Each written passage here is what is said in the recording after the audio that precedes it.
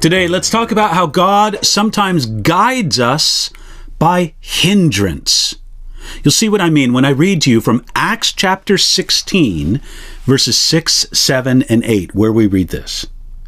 Now, when they had gone through Phrygia and the region of Galatia, they were forbidden by the Holy Spirit to preach the word in Asia.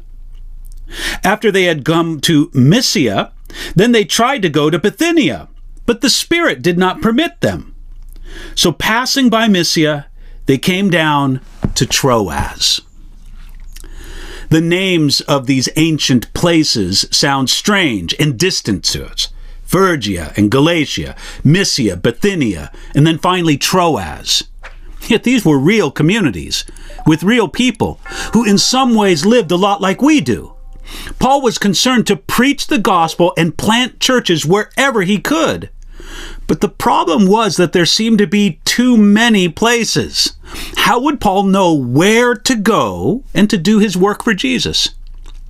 Well, Paul and his associates wanted to go southwest towards the big and important city of Ephesus. But, the scriptures tell us, they were forbidden by the Holy Spirit to preach the word in Asia.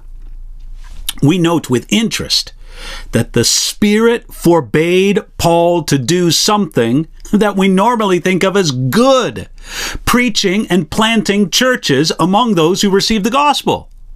Yet the Holy Spirit directed this work, and Paul wasn't the right person in the right place at the right time to begin bringing the gospel to the Roman province of Asia Minor. That's modern-day Turkey. There was certainly nothing wrong with Paul's desire to preach the word in Asia, but it wasn't God's timing, so this was forbidden by the Holy Spirit. It's difficult to say exactly how the Holy Spirit said no. It might have been through a word of prophecy, or by an inward speaking of the Holy Spirit, or by circumstances. One way or another, Paul and his company got the message. Ephesus would come later, not now. After the attempt to go to Asia, Paul sought to go north into Bithynia, but again he was prevented by the Holy Spirit. The Holy Spirit did not permit them, so they came down to Troas. I want you to notice that Paul didn't set out to go to Troas. It was at least his third choice.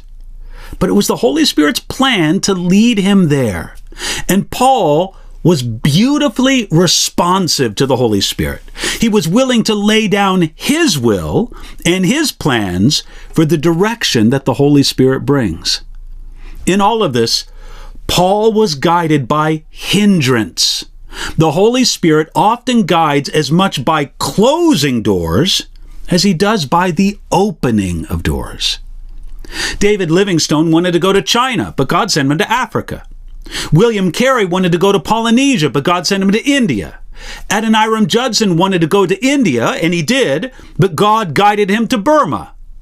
And God guides us along the way just to the right place.